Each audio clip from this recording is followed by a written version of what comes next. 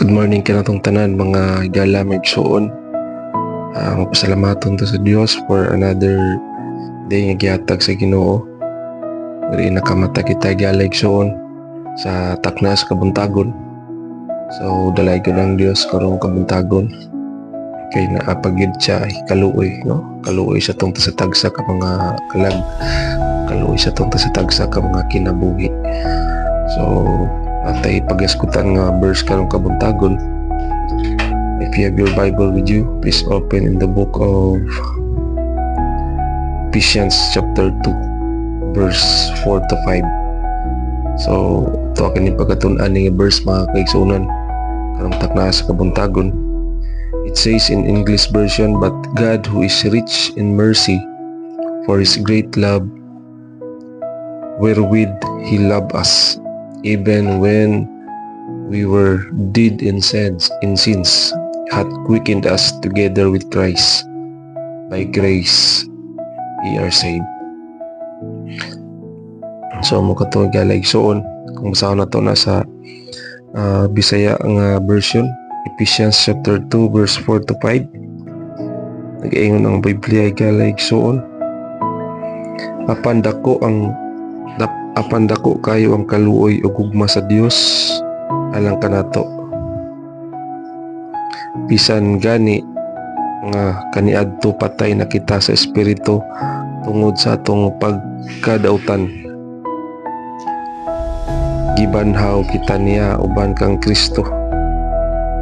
Naluwas kamo tungod sa grasya sa Dios. So klaro kayo ang Bible gisgo tigalig so nga kita kuno kaniadto, no? Patay kita sa espiritu, no? Apan dako kayo ang kaluoy ug gugma sa Dios alang kanato.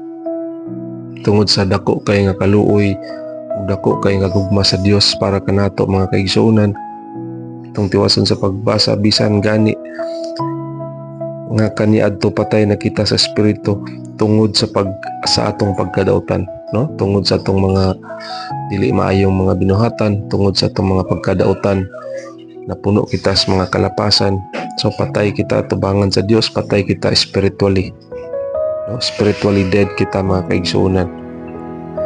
But gibanhaw kita niya uban kang Kristo, no? Gibanhaw ta sa Dios uban kang Kristo. Naluwas kamo tungod sa grasya sa Dios, meaning to say naluwas humana na hitabo na naigalay so naluwas kamo tungod sa grasya sa Dios.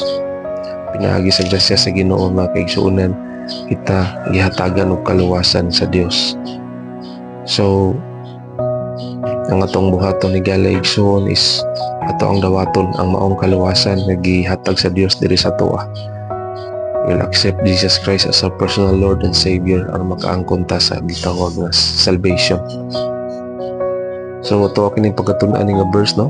Mao kani buot pasabot. Una, God's mercy tungod sa kaluoy sa Ginoo. God's love and compassion toward us are abundant.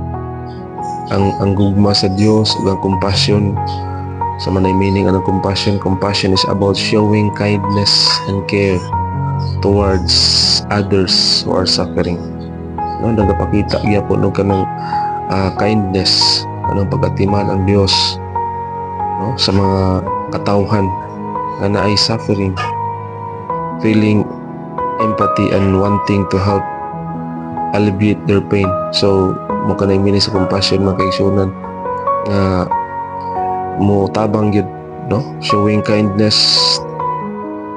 It is about showing kindness and care towards others who are suffering. So it's feeling empathy and wanting to help alleviate their pain. In short, compassion is feeling with someone. So gibati ta sa Dios mga kaigsuonan, no? Nagpakita siya kaluoy, napakita siya pagatiman diri sa tagsa ka mga kalag. Makanangan tungod sa iyang kaluoy, tungod sa iyang gugma diri kanato towards us are abundant, no? Abundansya ang gugma sa Dios, abundansya ang kaluoy sa Ginoo sa atong tasatag sa mga kalag mga kaigsuonan. So mo kana nga tungod sa gugma og kaluoy sa Ginoo. Giatimanan ta niya bisan kita mga makasasala pa, bihatagan ta niya kaluwasan. So ikaduhay galig suon, deed in sins, no? Patay kita pinaagis mga sala nga itong mga nahimo, patay kita spiritually. So we were spiritually dead due to our sins, no? We were spiritually dead due to our sins. Pinaagis atong mga salaod nga itong nahimo bangan sa Ginoo. We are spiritually dead. So mao kana nga gi-revive ta sa Dios, gibanhaw ta sa Ginoo, kay we are spiritually dead because mga magkasasala kita nga mga tao. So because of our sins, we are spiritually dead. Ikatulo mga kaigsuonan, weakened us. God make us alive with Christ, no? Ang Dios gihimo ta niyang buhi, ibanhaw ta sa Ginoo, no? Pinaagi ni Jesucristo atong manluluwas. So by grace are ye saved. Pinaagi sa grasya mga kaigsuonan, nangaluwas kita. We were saved because of God's unmerited favor, not our works, no? Naluwas kita mga kaigsuonan because of God's unmerited favor. Sa manang unmerited favor. So unmerited favor means something is undeserved or not earned, no? Dili ta deserve, wala na to na earn.